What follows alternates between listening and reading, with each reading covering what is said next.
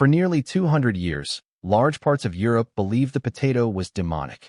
Not inconvenient, not unfamiliar. Demonic. It grew underground, in the dark, unlike anything in the Bible. It belonged to the nightshade family, the same family as plants that could kill you. People called it the devil's apple, and they meant it literally. Entire governments had to force their own citizens, by royal decree, to grow a vegetable that half the population was convinced was a tool of witchcraft. That's not the strangest part of this story. It's barely the beginning. Because the plant Europe was terrified of for 2 centuries would go on to reshape its population, fuel its industrial revolution, and then, in a single failed harvest, kill roughly 1 million people and empty a country of nearly a quarter of its population in under a decade. This is the real history of the potato, and it's far more violent than anything sitting quietly in your pantry has any right to be. The story doesn't start in Ireland, and it doesn't start in Europe at all. It starts in the high, thin air of the Andes, the mountains running through what's now southern Peru and northwestern Bolivia, somewhere between 8 and 10,000 years ago. This was one of the very first root vegetables any human civilization ever deliberately domesticated. And the people of the Andes didn't just grow it.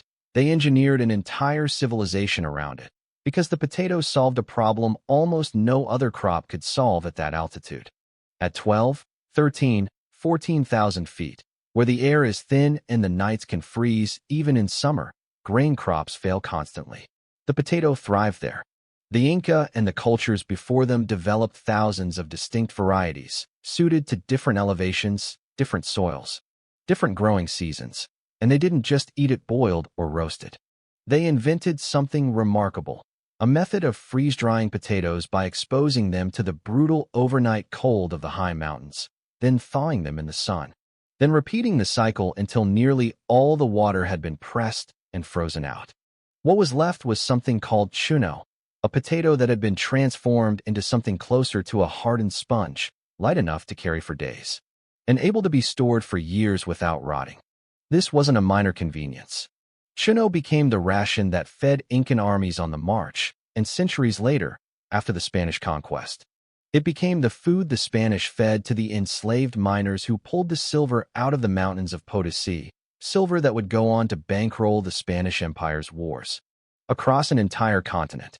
The potato, dried into something almost unrecognizable, was quietly funding European geopolitics before most of Europe even knew it existed. There's something else worth sitting with here. In the art of the Moche culture, which predates the Inca, the potato shows up again and again, not as a symbol of abundance or comfort, but twisted into images of deformity. Malformed humans, malformed animals, the lumpy, asymmetrical shape of the tuber itself mapped directly onto bodies in ways meant to be unsettling. There's even a term historians use for the feeling this art was designed to provoke. Mundo Horroroso, something close to the horrifying world. Long before Europe ever decided this plant was sinister, the people who'd been eating it for thousands of years had already wrapped it in a kind of quiet unease. In 1537, a group of Spanish conquistadors raiding an Inca village in search of gold and silver became the first Europeans to ever lay eyes on a potato. They weren't impressed. They weren't curious. They were looking for treasure, and this strange root buried in the dirt wasn't it. It took until the 1550s for written accounts of the plant to make their way back to Europe at all. Vague secondhand descriptions calling it a type of truffle, because nobody writing these reports had a real frame of reference for what they were looking at. And once it arrived, Europe did something almost nobody expects. It refused to eat it. For the better part of 200 years, the potato spread across the continent almost entirely as a curiosity, an animal feed crop, or an outright object of suspicion, never as food for ordinary people. Botanical gardens grew it as an exotic specimen. Livestock ate it before humans seriously did, and the fear wasn't vague discomfort. It had a specific shape. Because the potato belongs to the nightshade family, the same family that includes plants Europeans already knew could be lethally poisonous. People assumed the resemblance meant the plant itself carried that same danger. It grew hidden underground, out of sight, which only deepened the suspicion. This was, after all, an era when plenty of ordinary people still genuinely believed in witches and devils, and a strange new root that nobody could trace to scripture, hidden in the dark earth, fit disturbingly well into that worldview. Here's where the story takes its first genuinely strange turn, because fixing this problem didn't come from farmers, or from the church, or from gradual cultural change. It came from kings. In Prussia, King Frederick the Great grew so frustrated with his own population's refusal to plant potatoes that in 1756 he issued a formal royal proclamation, the Kartoffelbefehl, the potato order, mandating its cultivation outright. He called it, in the dry language of the decree, a very nutritious food supplement. Frederick took this campaign seriously enough, and apparently found it amusing enough, that history remembers him by an unofficial nickname, the Kartoffelkönig, the Potato King. France solved its own version of this problem with theater rather than law. The physician Antoine Parmentier had become obsessed with proving the potato's nutritional value, and he found an unlikely set of allies in King Louis XVI and Marie Antoinette.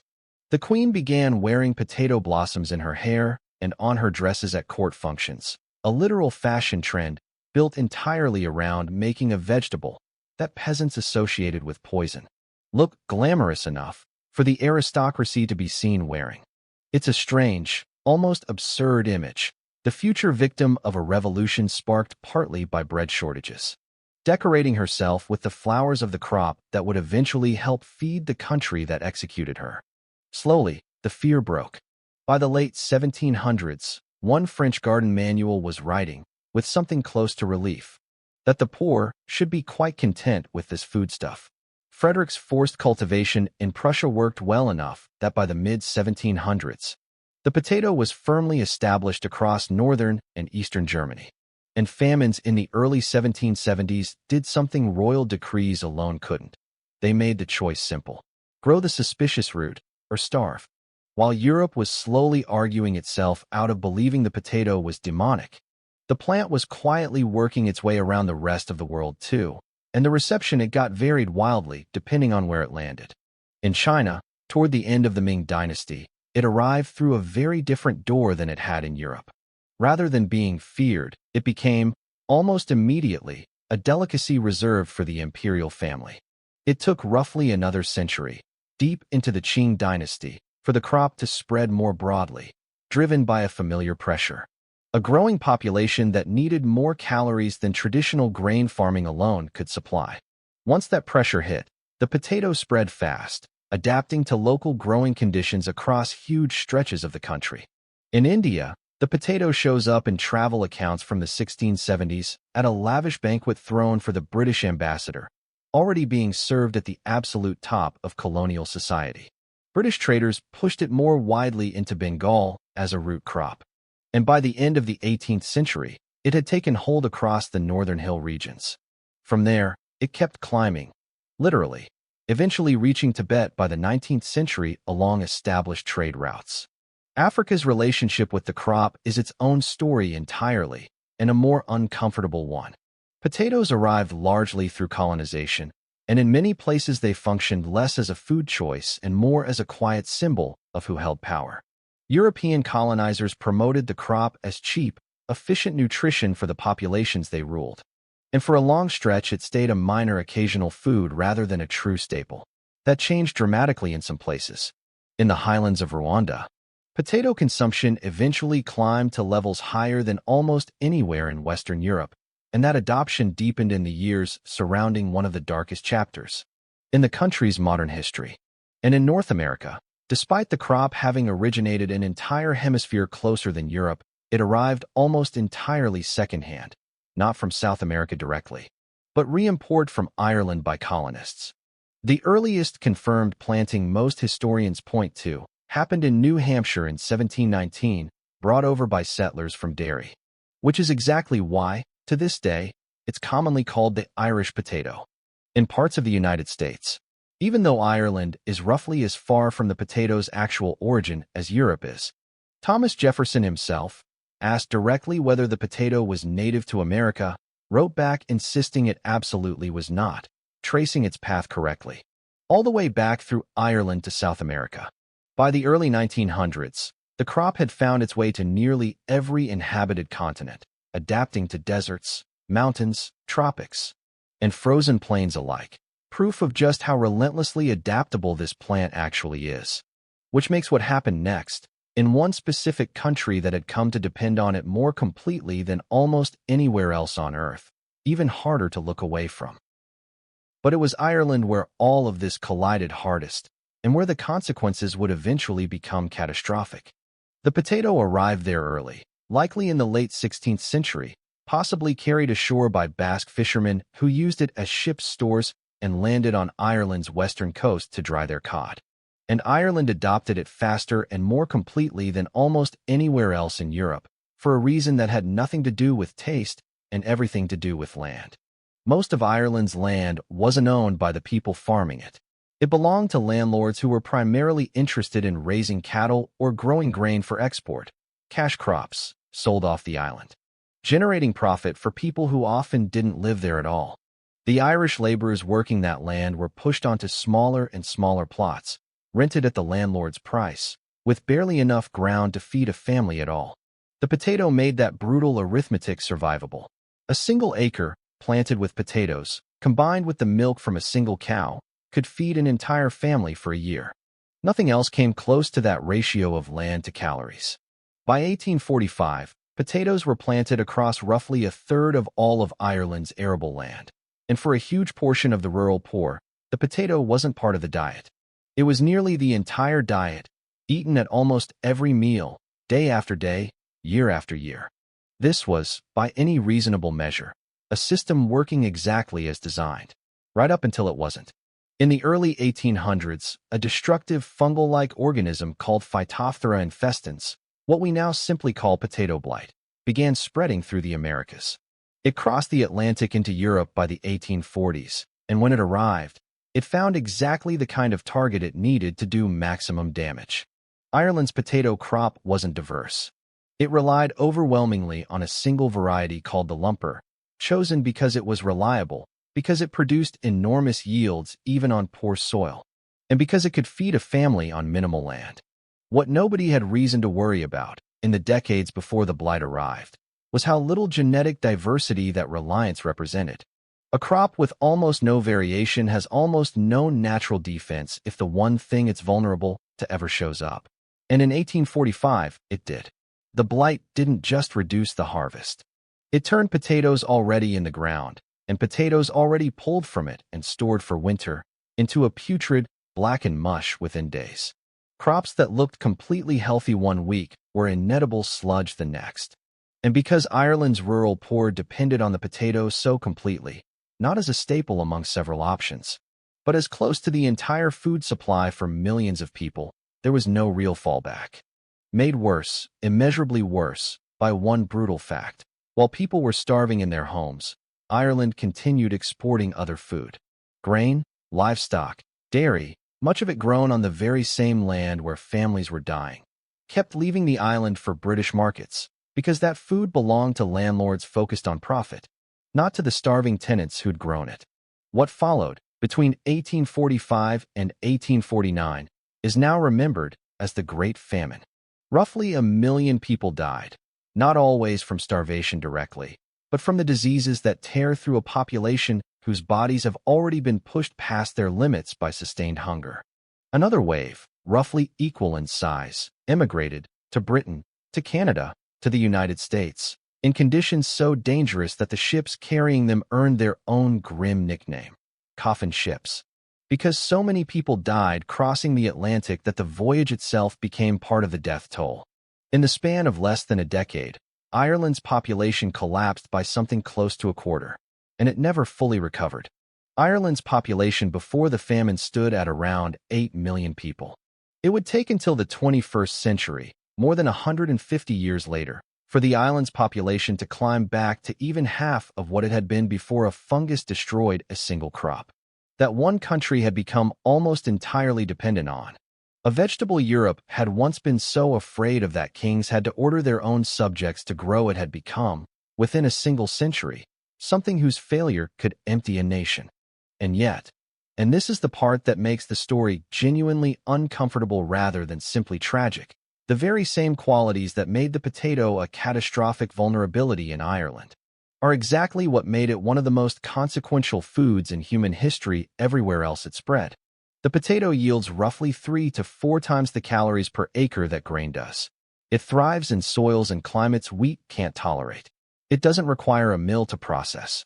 Historians studying European demographics have made a direct, measurable case that the potatoes spread across the continent fueled a population boom large enough to help power the Industrial Revolution itself.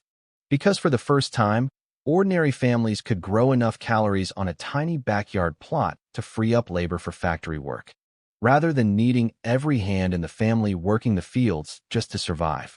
Friedrich Engels, co-author, with Karl Marx, of the foundational texts of modern communism, went so far as to describe the potato's historical importance as equal to that of iron. Not a minor crop, not a side dish, a force that, alongside iron, helped physically build the industrial world. In Britain specifically, the crop took hold hardest in the north, in places like Lancashire, where coal mining was also expanding rapidly. The cheap calories from backyard potato plots helped sustain a growing population of workers, right where new industrial factories needed cheap, available labor most. The same plant that devastated Ireland was, almost simultaneously, quietly fueling England's economic transformation a few hundred miles away. Even after 1 million people died, the world still hadn't learned the famine's core lesson. A genetically uniform crop is always just one disease from ruin. Modern industrial potato farming still leans heavily on a relatively small number of high-yield varieties, bred for consistency, size, and how well they hold up in shipping and processing, rather than for genetic diversity. It's the same basic structural vulnerability that doomed Ireland's lumper crop, just managed today with modern fungicides and tighter agricultural science instead of nothing at all. But there's a quieter countercurrent running against that too. Starting in the 1960s, a Chilean agronomist named Andrés Contreras began traveling through remote archipelagos in southern Chile, collecting nearly forgotten local potato varieties. Many of them kept alive for generations by elderly women, grown in small household gardens, passed down the way a family recipe might be, never written down, never commercialized. Contreras eventually led an expedition deep into one of the southernmost points potatoes were ever cultivated before Europeans arrived in the Americas at all. And the varieties he gathered became the foundation of a genetic seed bank that still exists today, a kind of insurance policy. Built from exactly the diversity industrial agriculture spent the last 2 centuries breeding out. It's a strange, quiet echo of the entire story. The same impulse that turned a wild Andean tuber into thousands of distinct, locally adapted varieties over thousands of years is the one modern science is now scrambling to protect. Because the alternative, a world depending on a handful of genetically narrow varieties, is exactly the bet that failed catastrophically once already. So go back to where this started. A plant Europe was once so afraid of that it carried the nickname Devil's Apple. A plant kings had to force their own people to grow by royal decree. A plant that one queen wore as jewelry to make it seem fashionable rather than cursed. That same plant went on to feed armies, fund empires through silver mined in the high Andes, power the rise of industrial Europe, and then, through nothing more sinister than a fungus. And a system that left millions of people with no alternative food source, kill roughly 1 million people in a single decade, and permanently alter the population of an entire nation. The potato never changed. It was always exactly what it is, a humble, unremarkable tuber pulled out of the ground. What changed was how completely human systems came to depend on it, and how little room those systems left for anything to go wrong. Next time you're peeling one, that's what's actually sitting in your hands, not just dinner. The clearest example history has of what happens when survival itself gets quietly staked on a single, fragile bet